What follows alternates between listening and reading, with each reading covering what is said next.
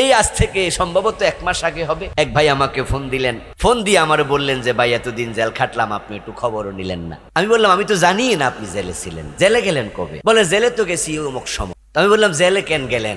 আরে মিয়া আমার সভাপতি আমার দইরা নিয়ে জেলে দিছে। বলেন কি? নাম বলছে অমক, ওই এলাকার নেতা। মসজিদ বানাইছে উনি নিজে, অনেক টাকা খরচ করে বানাইছে। বলে ওই মসজিদে জোর করে আমার খতিব বানাইছে। আমার ফোন দিয়া কয় যে আমার মসজিদে জুমা পড়াও, অমুক জায়গা পড়াইও না, বাদ দাও, আমার কাছে আসো। আমি আরেক জায়গা পড়াইতাম, জোর করে আমারে নিছে। কিন্তু আমার বক্তৃতা তো তার পছন্দ হয় না। উনি যা চায় আমি তো তা বলি না। এখন একদিন আমার ফোন দিয়ে বলতেছে আপনার ওসি সাহেব খুঁজতেছে, একটু আসেন তো। আমি বললাম যে ওসি সাহেব আমারে কেন খুঁজে? বলে আসেন না। পরে আমি গেলাম, যেহেতু উনি ডাকছে। যাওয়ার পর উনি উনার গাড়িতে আমার তুলছে, ওঠেন চলেন আমিও যাই। আমি মনে মনে ভাবলাম যেহেতু উনি নেতা মানুষ, ওসি উনার সাথে গেলে তো আমার অ্যারেস্ট করবে না। আমার সাথে নিয়া ওসির রুমে ঢুইকা পরে দৌড়াই দিয়ে উনি চলে আসছে। পরে আমি জেলে ঢুকলাম। এই কথা শুনে তো আমি এতটা আশ্চর্য হয়েছি, আমি কল্পনা করতে পারি নাই। তাহলে আপনারা এবার বলুন তো, যে লোক মসজিদ বানাইছে সে কি ইসলামের দুশ্মন হইলে মসজিদ বানাইতো? ইসলামের দুশ্মন না, সে ইসলাম ভালোবাসে। এবং আমাদের সাবেক প্রধানমন্ত্রী 560টা মডেল মসজিদ বানায় নাই। আচ্ছা, ইসলাম যদি পছন্দ না করতো তাহলে কি মসজিদ বানাইতো? না, পছন্দ করে না তা না, করে। কিন্তু আল্লাহর আইনটা ভালো লাগে না, কারণ আল্লাহর আইন হলে তো চোরের হাত কাটবো, আর চোরের হাত কাটলে তো ওদের কারো হাত থাকবে না, অনেকেরই হাত কাটা যাবে। ঝামেলা তো হিয়া নেই। ইসলাম ভালো, তবে আইন দি বেশি সুবিধা না। কারণ উনি নিজেই বলছে উনার বাড়ির ফিয়ন কত কোটি টাকার মালিক, এটি সব চাকরি করে কামাইছে, ঠিক না? তো এবার হাত কাটা শুরু হইলে ফিয়নের হাত থাকবো না। এবার বলুন তো, ফিয়ন যদি 400 কোটি টাকার মালিক হয়, বাড়িওয়ালা কত কোটি টাকার মালিক? তো হিসাব করে আর লাভ নাই। আমার প্রিয় ভাইয়েরা, বাস্তবতা এখানে 560টা মডেল মসজিদ বানানোই প্রমাণ করে ইসলাম তার ভালোবাসা, ইসলামকে ভালোবাসে।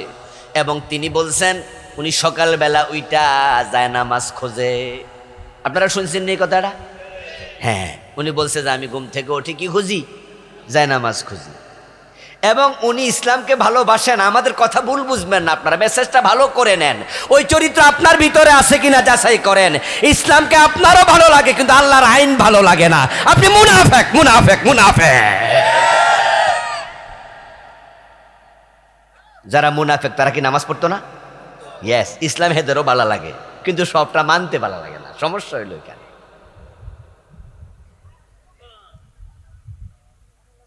মডেল মসজিদ 560টা বানাইছে, সকালবেলা ঘুম থেকে উঠে যায় নামাজ খোঁজে। এবং শামীম ওসমান বলছে আমাদের প্রধানমন্ত্রী তাহাজ্জুদ গুজার। আর শামীম ওসমান প্রতি রাতে তাহাজ্জুদ পড়ে কত রাকাত? কি আমি কইছি না উনি কইছে? আপনারা শুনছেন। তাহলে বোঝা গেল যে নামাজ কালাম 70-80 রাকাত পড়ার টাইম তো আর পাওয়া যায় না। হয়তো 8-10 রাকাত কইতে যাইয়া ঠেলা ছোড়ে একটু, মানে আষ্টের লগে কি লেগে গেছে, একটা শূন্য লাগিয়ে গেছে। আর আমার প্রিয় ভাইয়ারা, আপনি মোমেন যদি না হন তাহলে আপনি সফল নন। 1 নাম্বার আয়াত, মোমেনরা সফল। সফলতার নাম হলো জান্নাত। তাহলে যে মোমেন সে জান্নাতে যাবেই, আর যার ঈমান নাই সে কোনোদিন জান্নাত পাবে না। আখেরাতের সফলতাই হলো একমাত্র সফলতা। দুনিয়ার টাকা পয়সা, বাড়ি গাড়ি, ক্ষমতার নাম সফলতা না। আপনার বাড়ির ফিয়ন, আপনার অফিসের দারোয়ান, আপনার গাড়ির ড্রাইভার, আপনার বাড়ির চাকর, ও বেটা 5 ওয়াক্ত নামাজ পড়ে, হারাম খায় না, সে আল্লাহর ভয় অন্তরে লালন করে জীবন চালায়, কষ্টে চলল, বউ পর্দা করে, পুরান কাপড় দিয়া বোরকা সিলাইয়া দিছে। গরিব মানুষ, আপনার মতো চাকচিক্যতার জীবনে নাই। তার সামনে লাখ টাকা ফেলে রাখেন, কোনোদিন 1 টাকা চুরি করবে না। হোক না সে ফিয়ন, এটাই হলো সফল মানুষ। আর আপনি কোটিপতি, অন্যের টাকা চুরি কইরা মালয়েশিয়া বাড়ি বানান, আপনি যতই ভিআইপি, সফল মানুষের কাতারে আপনার নাম নেই। আমাদের পকেটে তো কিছু টাকা পয়সা থাকলে, বড় একটা চেয়ারে অফিসার হিসাবে বসলে, এমপি মন্ত্রী হলে আমরা মনে করি যে আমরা সফল ব্যবসায়ী, আমি সফল রাজনীতিবিদ, আমি সফল চাকরিজীবী, আমি সফল ডাক্তার। হযরত ওমর বলে তুমি ভুল বলছো, মানে ইতাজ্জা বিমাকানিহি ফালিয়ানজুর ইলা ফিরাউন ওয়া মান ইতাজ্জা বিমালিহি ফালিয়ানজুর ইলা কারুন ইন্নামাল ইজ্জাতু বিত্তাকওয়া ও তিলকাল জান্নাতুল্লাতী নুরিসু মিন ইবাদিনা মান কানা তাকিয়া।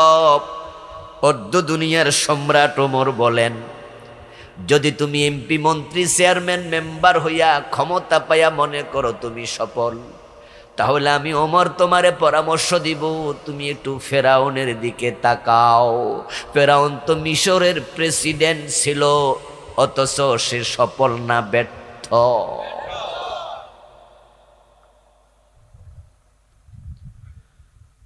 কিছু টাকা কিছু পয়সা হলে আমরা মনে করি যে রহমত পাইয়া গেছি।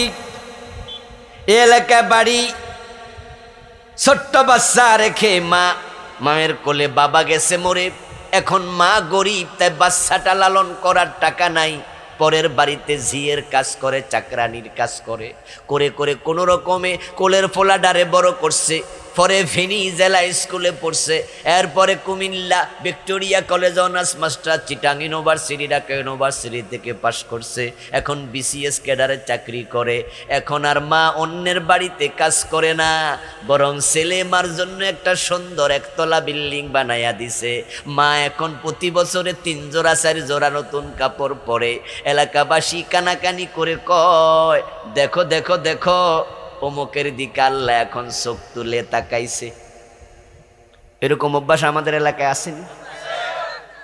আল্লাহ কি তুলে তাকাইছে? এর আগে আল্লাহ চোখ বন্ধ করে রাখছিল, ঠিক না? যখন তার সনের ঘর ছিল, টিনের ঘর ছিল, তখন আল্লাহ তাকায় নাই। এখন বিল্ডিং হয়েছে, আল্লাহ তাকাইছে। আমরা মনে করি টাকা হইলে আল্লাহ রহমত দিছে। ওমর বলে যদি তাই হতো তাহলে কারুন হতো পৃথিবীতে সবচেয়ে রহমতওয়ালা। কারুনের টাকা পয়সা কম ছিল না বেশি ছিল? ওরে বাবা রে, কি পরিমাণ যে ছিল! সুবহানাল্লাহ। সূরা আল কাসাসে, আমার ভাইয়েরা পিছনে লোকজন দাঁড়ায় আছে, আপনারা কি একটু আগাইবেননি?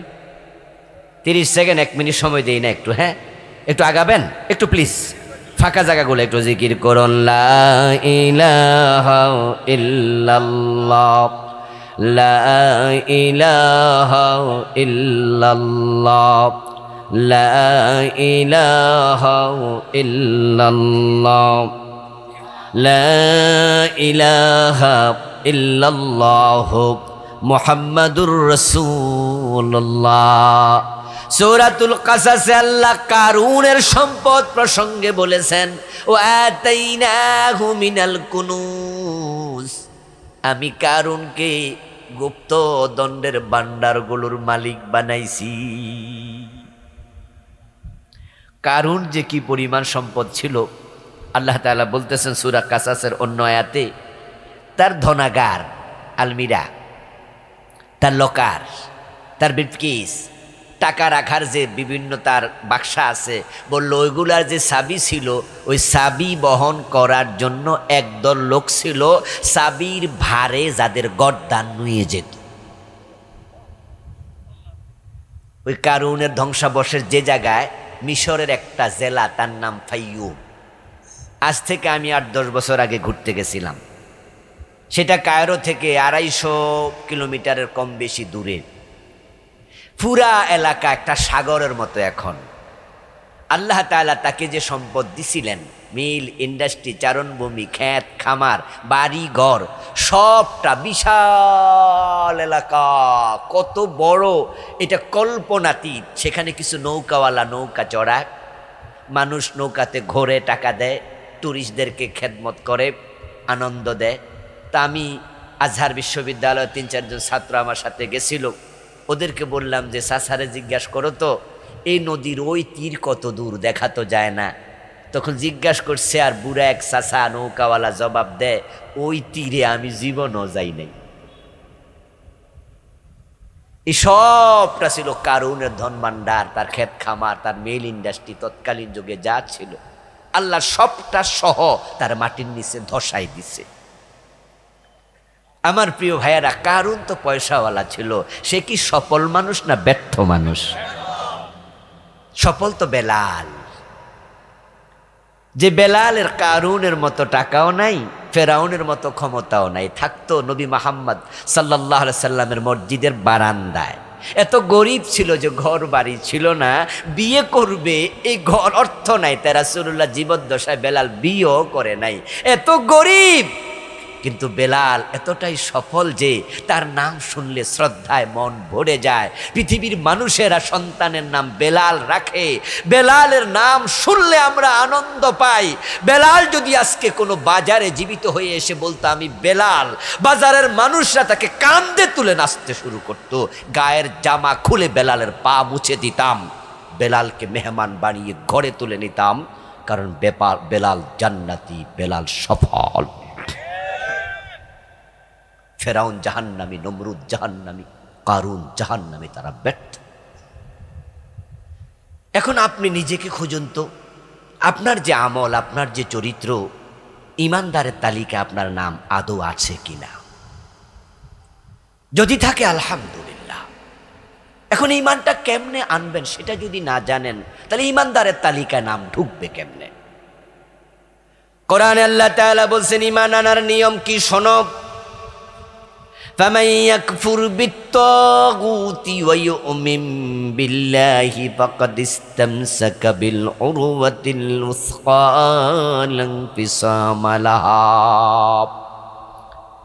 যে ব্যক্তি তাগুতের সাথে কুফরি করবে, অতঃপর কালেমা পড়বে, তারপরে সে একটি শক্ত রশির সন্ধান পাবে, যে রশির নাম হলো ঈমান, যেটা কোনোদিন ছিঁড়বে না, তাকে টেনে টেনে আল্লাহর জান্নাতে নিয়ে যাবে। নিয়মটা আল্লাহ বললেন যে তাগুতের সাথে কুফরি করে, ফামান ইয়াকফুর বিত্তাগুত, যে আগে বলবে যে লা ইলাহা লা লা লা মানি নাই,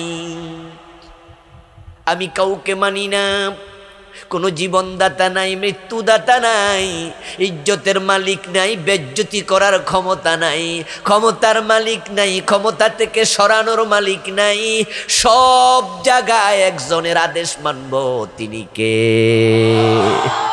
আগে বলবেন কাউকে মানি না, তারপরে বলবেন আল্লাহকে মানি।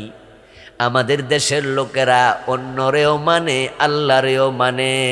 তারা মসজিদে আল্লাহরে মানে, আদালতে ব্রিটিশ আইন মানে।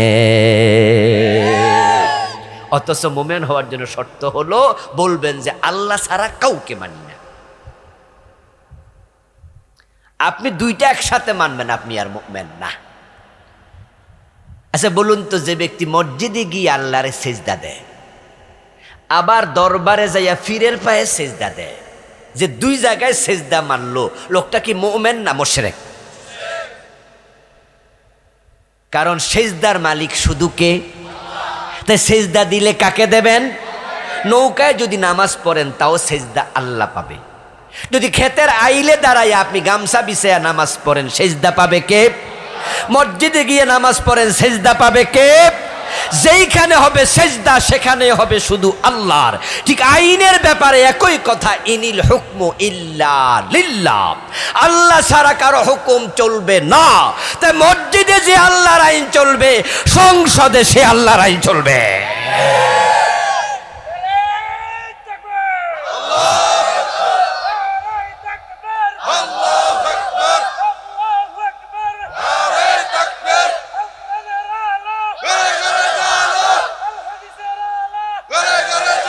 আমার প্রিয় ভাইয়েরা, আমরা যে বাংলাদেশে 3.5 লক্ষ মসজিদে নামাজ পড়ি, মসজিদের সংখ্যা অনেক, কম বেশি 3.5 লাখের বেশি হইতে পারে, কমও হইতে পারে। ধারণা করা হয় বাংলাদেশে 3.5 লাখ মসজিদ আছে। 3.5 লাখ মসজিদে যখন আমরা ঢুকি, আমরা কি মসজিদের সভাপতি, সেক্রেটারি, ইমাম সাহেব ওদের মন মতো নামাজ পড়ি না আল্লাহর কথা মতো? আচ্ছা, মাগরিবের নামাজ যদি 2 রাকাত পড়ে ইমাম সালাম ফিরায়, আমরা ফিরামু? আমরা লোকমা দিব, আমরা হুজুরের লোকমা দিয়া বুঝামু, হুজুর আপনি ভুল করছেন, মিলে নাই। আমার রাসূল পড়ছে মাগরিবের ফরজ কয় রাকাত? রাসূলকে শিখাইছে কে? আল্লাহ, জিবরিল পাঠাইছে। মেরাজের রাতে নামাজ ফরজ হলো। নামাজ ফরজ করার পর প্রিয় নবী বলছেন, সহিহ বুখারীতে এসেছে, আম্মানি জিবরিল ওয়ান্দাল বাইতে মাররাতাইন। রাসূলুল্লাহ সাল্লাল্লাহু আলাইহি ওয়াসাল্লাম বলেন, জিবরিল আমিন 2 বার আমার ইমাম হয়ে আমারে নামাজ পড়াইছে। 10 ওয়াক্ত নামাজ 2 দিন, 5 ওয়াক্ত 5 ওয়াক্ত। একদিন পড়লেন আউয়াল ওয়াক্তে, আরেকদিন পড়লেন শেষ ওয়াক্তে। 2 দিন 10 ওয়াক্ত নামাজ আমার ইমামতি করে আমারে শিখাইছে কেমনে নামাজ পড়া লাগে। তো মাগরিব পড়েছে 3 রাকাত, আমার রাসূল জিবরিল থেকে শিখেছে, রাসূলকে শিখানোর জন্য আল্লাহ পাঠাইছে, এর মানে স্বয়ং আল্লাহ শিখালেন। এখন ইমাম যদি 2 রাকাত পড়ে আমরা লোকমা দেই, এবার বলুন তো ইমাম যদি বাবা হয় ছেলে কি লোকমা দেবে না? ইমাম যদি ফির হয় মুক্তাদি লোকমা দেবে না? আমরা শুধু রাসূলকে আর আল্লাহকেই মানি, 3.5 লাখ মসজিদের সবাই মানি, কিন্তু 300 জন এমপি যখন সংসদে ঢুকলো, ওরা সেখানে আল্লাহর আইনে আর একটা আইনও বানাইতে রাজি না। বলুন তো, আমার প্রিয় নবী যখন মদিনা চালালেন 10 বছর মসজিদ চালাইছেন যে আল্লাহর আইনে, মদিনা তো সে আল্লাহর আইনে চালাইছে।